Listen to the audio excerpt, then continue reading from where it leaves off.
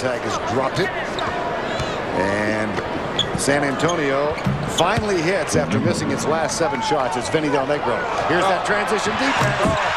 Nobody back. Transition D, and you know what, Vern? They were back. Watch this after the make. Vinny Del Negro has his hand up.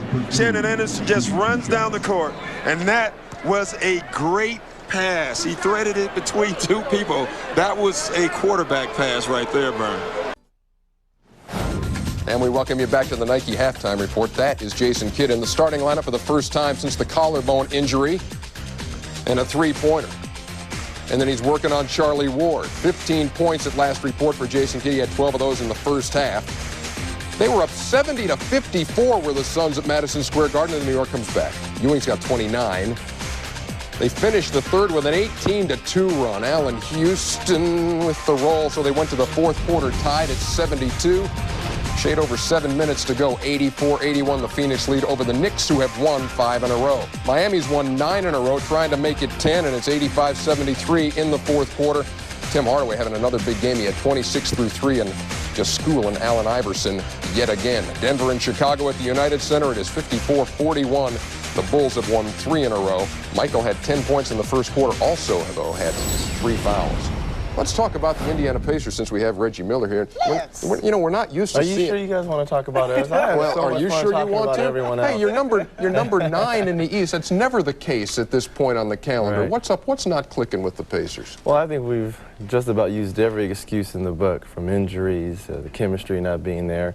I read an article today where Coach Brown was taking a lot of the criticism in USA Today.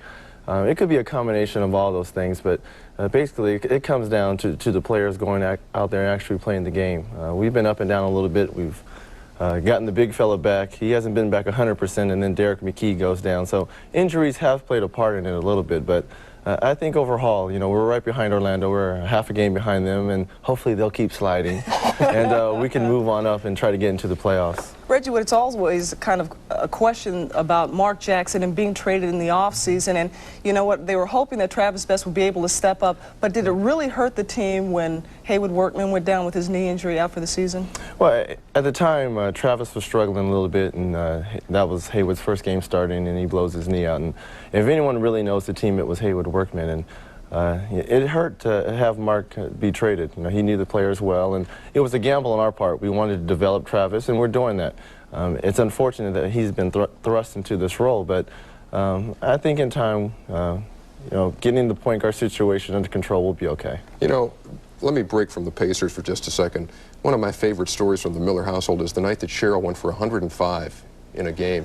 Do you recall the night she had 105 in a game, Ray? Yes, because I thought I was the big win when I had 39. You know, I was going to blow her chops a little bit getting into the car, because she played in the opposite gym and we played at home. And I get in the car, I'm like, you know, I had 39. What did you have? And my dad's laughing. I'm like, all right, now, what'd she have? You know, a normal game for Cheryl in high school was maybe 45, 50. So I'm thinking, oh, wow, she had 60. You know, that'd have been, and he kept laughing, no, go up. I'm like, 70.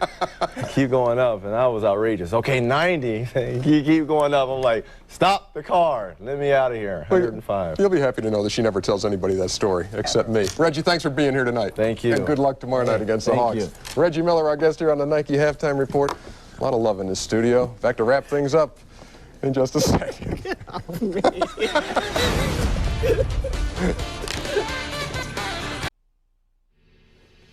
Well, here's something you don't hear very often. Stockton and Malone lead Jazz past Spurs. Stockton had 10 assists. The mailman had 37 points. And the Utah Jazz, perfect since the All-Star break. They have won 6 in a row. They are 4-0 since the break, 113-105. Just one of the stories as we take you inside the NBA.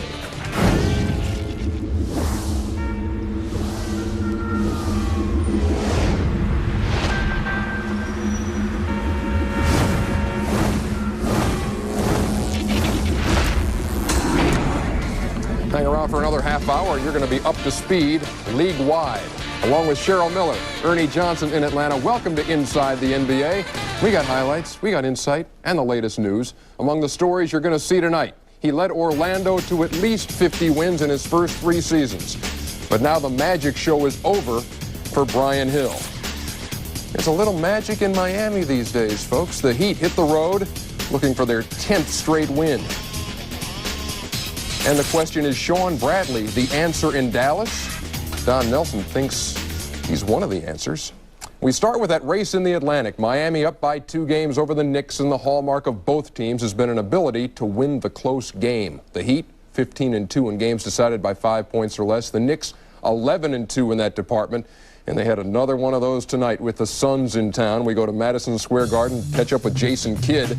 Suns had a 10-point lead at halftime. Third quarter action, Kidd waiting out there for the Ewing block. Right to him, and he knocks down a 3. They're up 64-53. Now, Kevin Johnson, a 16-point night. Started in the backcourt with Kidd. The feed from Ceballos. They're up 70-56, and then look out. Patrick Ewing gets the roll. He had a 31-point night. The Knicks with an 18-2 run late in the third to tie things up at 72 on the Allen Houston bucket. Danny Ainge saying, we cannot let this thing get away, guys. John Starks, wide open 3. Game tied at 84. Wesley Person, he had the touch from out there too. 6 out of 8 on the night. Phoenix up 87-86. What do you do if you're New York? You go back to the big fella. Patrick Ewing over the hands of Danny Manning. It's tied up at 92. Who's going to win this thing? Jason Kidd? Could be. He had a 17-point night, and with under 30 seconds to go, they're up by 2. The Knicks with the final shot. Not going to go for Allen Houston, but look at John Starks, the presence of mind to let the flyby go past him, and just does beat the buzzer. The Suns don't want to believe it. The Knicks do, because this wins the game, and you see how close it was. Is there a little air between the fingertips and the ball as this thing is released? Definitely some air. They say it is. Oh, that deflated feeling for the Suns, who go in there and blow a 16-point lead, and the Knicks win at 95-94. Ewing, a huge night with 31, 13 out of 17 from the field. Jason Kidd, not a bad night, but the hero, well, that'd be John Starks. Let's hear from him. Yeah, when I got the ball, I looked down at this end at the shot clock. It was like 2 seconds left on the clock. When I turned, I seen Williams running at me. I just pump faked him and just set my feet. And when I let it go, I heard the horn went off as soon as I let it go. And, it felt good all the way. Felt good all the way indeed. And now the Atlantic leading Heat taking on the Sixers tonight in Philly. The Sixers haven't won since the All-Star break. Miami hasn't lost, which would seem to bode well for the Heat's chances of extending their winning streak to 10. It's interesting that in their 3 meetings this season, the only Sixer win came when Allen Iverson was out with a shoulder injury. In the 2 games he did play, he was schooled by the Heat's Tim Hardaway and hit just 5 out of 30 from the field. And folks, that trend continued tonight, as there they battle at the point. And Tim Hardaway, 14 points in the first quarter, working on the rook. Banks it off the glass. Hardaway had 21 points in the first half. Knight gets the pick and then drives. And, oh, hey, don't leave it open for him. And they did. Game tied at 23. Iverson, just 2 out of 10 from the field for 9 points in the first half. And Alonzo Mourning getting a whole palm full of that thing, and that one, too. He had 6 blocks in the second quarter. Pat Riley's guys trying to pour it on, but look at the quick hands on Iverson. How did he make that steal? And ahead to Jerry Stackhouse. It's only a 5-point Heat lead. Philly keeps chipping away. Stackhouse with a 3. That's the only 3 the Sixers hit all night. 1 out of 14 from out there. Still, they're only down 5, 68-63. And then Jamal Mashburn for 2 of his 15, or actually 3 of his 15. Johnny Davis seeing the beginning of the end. Mourning, another block. This one's on Mark Davis. And Zoe's into it, isn't he? Timmy Hardaway, the finishing touch for 3, a 29-point, 6-assist night. Iverson only 2 out of 13 from the field, 10 points, and that means in 3 meetings against Timmy Hardaway, he is 7 out of 43 from the field.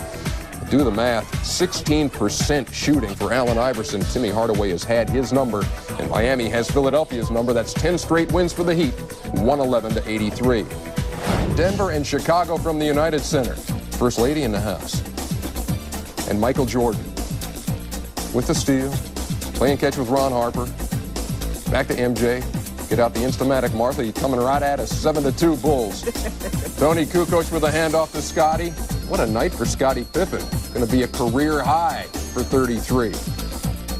Steve Kerr, shootout champion at All-Star Weekend. 16-0 Bulls run on Dick Motta. And then Jordan going behind the back. It's showtime. It's Harper. Back door for MJ. 83-64. We talked about Pippen lighting it up on a feed here from Tony Kukoc. That gave Scotty 42 points. And at last report, he had 43. Now he's got 47. By golly, it's 134 to 123. Chicago with the lead, the win rather, over Denver. And Pippen going for a career high tonight. The beat goes on for the Chicago Bulls. Let's go back and talk about the New York Knicks. This is a team trying to chase down Miami.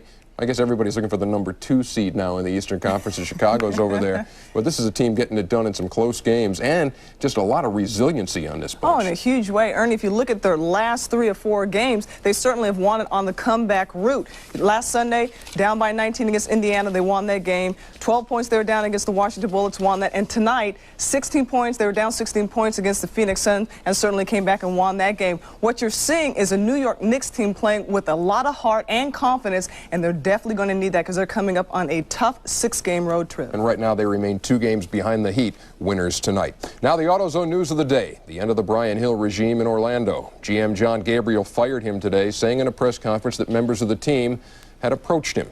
Craig Sager covers the story in Orlando. Ones that went to Gabriel, did they go to represent the team as a whole, or did they go as individuals? Well, you know, there's no I in the word team, and I guess it was for everybody benefit. Did you guys have a vote or a meeting to lose confidence or show concern? No, it was a management decision. It was a management decision. When did this take place? What do you mean? When the players went to John Gabriel. When was that? We had a little meeting in Minnesota. After the loss? Yeah, after the loss.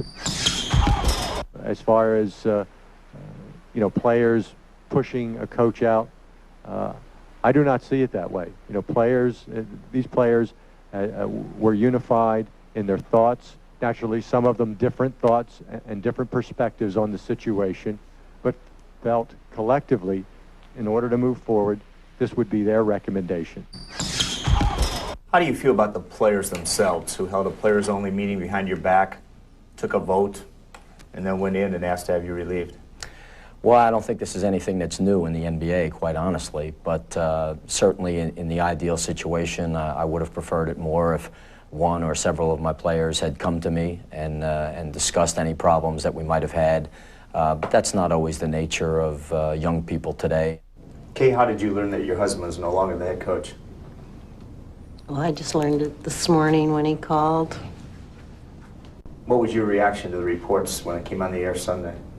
That was extremely upsetting. You're sitting at home on a Sunday evening watching a game, not having any indication that there was any problem before, and to have Peter Vesey announce it over the air like that without any warning whatsoever was very devastating. Nobody roots for these players more than you do. What's your reaction now to some of your favorite players now that they had a meeting behind your husband's back and went and asked him relieved? My initial thing is it just, it kind of breaks my heart. I mean, I still care for them. They were a big part of my life, and I was a big fan of theirs for the years that we were here. But right now, my feelings are more like having a broken heart, but I'll get over that, I'm sure. You've been a coach or wanted to be a coach all your life. After going through this experience, does it sour your taste or your hunger to be a coach? No, absolutely not. If anything, it just it makes the thirst even greater to get back and get another opportunity to get out on the floor and get another team and move on. And it's like falling off a horse. You got to get right back up again and get on it. Orlando had won 5 straight going into the All-Star break, prompting John Gabriel, the general manager, to say, you know, Brian Hill's done a great job considering everything that's going on here, and a lot of people don't recognize that fact. 9 days later, he's gone. What's your take? Well, Ernie, I think it's an unfortunate situation, but I think this is the 90s, and I think the players today wield so much power that the coach is almost powerless. You know, it's unfortunate that I think it's long gone are the days when a GM or a VP of basketball operations will stand up and say, you know what, this is my guy, he's going to coach this team, deal with it. So, you know, unfortunately, that's the way that we live in the NBA, but I'm hoping that Brian Hill will continue to find a job, get out there and coach, because he has definitely a lot of talent and definitely deserves to be in this league. The guy in the chair down there right now is Richie Adubato, at least for the time being. One other piece of news tonight involves the looming legal problems for a number of NBA referees. Mike Mathis said today he expects to be indicted for federal income tax evasion. Two of his colleagues, Hank Armstrong and George Tolliver, were last week for allegedly cashing in first-class airline tickets for coach seats and not reporting the difference as income. Mathis said it's a matter of interpretation. He will defend himself vigorously against a possible indictment. When we come back, we're going to take you to our virtual arena for a few previews, and later Sean Bradley is Dallas-bound, and you're going to hear why that excites Don Nelson.